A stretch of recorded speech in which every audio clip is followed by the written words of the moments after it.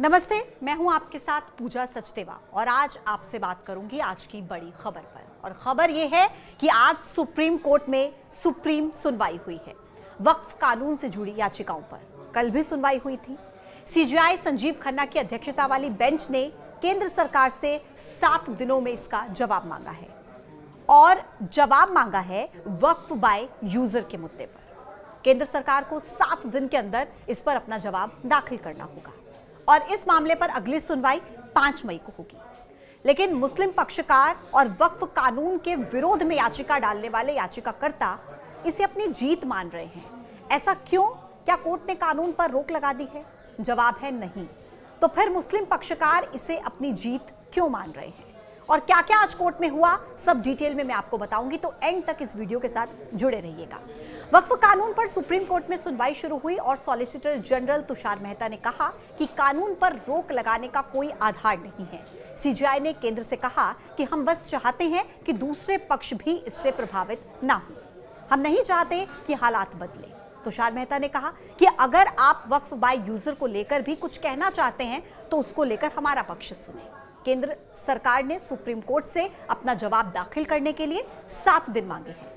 तब तक वक्फ बोर्ड में कोई भी नियुक्ति नहीं होगी। सीजेआई ने यह भी क्लियर कर दिया कि तब तक रजिस्टर्ड वक्फ में भी कोई बदलाव नहीं होना चाहिए। सुनवाई की अब अगली तारीख तक वक्फ बाय यूजर को ना तो डी नोटिफाइड किया जाएगा और ना ही कलेक्टर को बदला जाएगा। देखिए, आप सबसे पहले तो ये समझ लीजिए कि वक्फ कानून पर सुप्रीम कोर्ट ने फिलहाल कोई रोक नहीं लगाई है। केंद्र को जवाब दाखिल करने के लिए 7 दिन की मोहलत दी है। इस दौरान वक्फ बाय यूजर में कोई बदलाव नहीं किया जाएगा और वक्फ बोर्ड में नई नियुक्तियों पर रोक रहेगी। लेकिन इसको लेकर देखिए जो बयान सामने आ रहे हैं आपको वो बताते हैं। कांग्रेस के नेता इमरान प्रतापगढ़ी, उन्होंने सुप्रीम कोर्ट को धन्यवाद कहा। उन्होंने कहा कि हम सर्वोच्च न्यायालय की आज की कार्रवाई से बहुत खुश हैं। आज संविधान की जीत हुई है। देश संविधान से चलेगा, सरकार की मर्जी से नहीं। आगे हम और बेहतर राहत की उम्मीद करते हैं। उन्होंने कहा कि अगले 1 हफ्ते तक सरकारी तौर पर वक्फ की जमीनों को नहीं लूटा जाएगा। ये बिल पूरी तरह से कॉन्स्टिट्यूशन के खिलाफ है। जो अमेंडमेंट लाए गए थे वो सिर्फ और सिर्फ वक्फ की ज़मीनों को हड़पने के लिए सरकार की एक कोशिश थी, एक साजिश थी।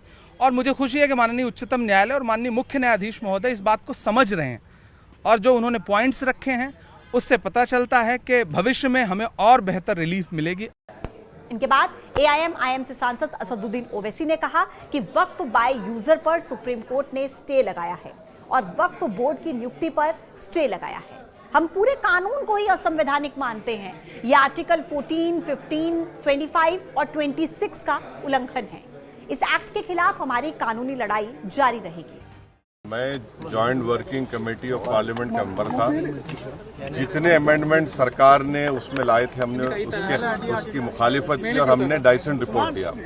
पार्लियामेंट में भी मैंने उस पूरे बिल की मुखालिफत की है। तो ये कहना कि मैं दूसरे बिल के प्रोविजंस को मान लूंगा ये सवाल पैदा नहीं होता। हम पूरे उस बिल को उस एक्ट को अनकॉन्स्टिट्यूशनल मानते हैं और ये आर्टिकल 25, आर्टिकल 26, 14 और 15 और 29 का ग्रेव वायलेशन है। ये हम पहले से ही बोल किया है और आज फिर आपके सामने रिपीट कर रहा हूँ।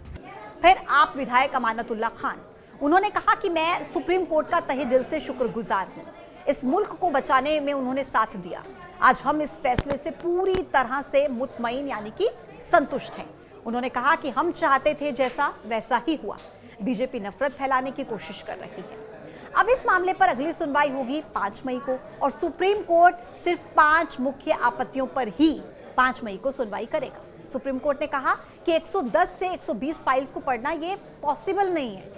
ऐसे में ऐसे 5 पॉइंट्स तय करने होंगे, सिर्फ 5 मुख्य आपत्तियां जिन पर सुनवाई होगी। सभी याचिकाकर्ता मुख्य बिंदुओं पर अपनी सहमति बना ले, नोडल काउंसलिंग के जरिए इन आपत्तियों को तय करें। आज जिन याचिकाओं में आपत्ति जाहिर की गई उनमें मुख्य तौर पर जो बातें कही गई थी उनके मुख्य पहलू मैं आपको बता रही हूं कि ये कानून संविधान के अनुच्छेद 14, 15, 25 जो कि धार्मिक स्वतंत्रता का है और 26 जो कि धार्मिक मामलों के प्रबंधन की स्वतंत्रता का है, 29 जो कि अल्पसंख्यक अधिकार से जुड़ा है और 300A जो कि संपत्ति के अधिकार से जुड़ा है उसका उल्लंघन करता है। वक्फ बोर्ड में गैर मुसलमानों को शामिल करना और डिस्ट्रिक्ट कलेक्टर को वक्फ संपत्ति का फैसला करने का अधिकार देना, यह सरकारी हस्तक्षेप को बढ़ाता है।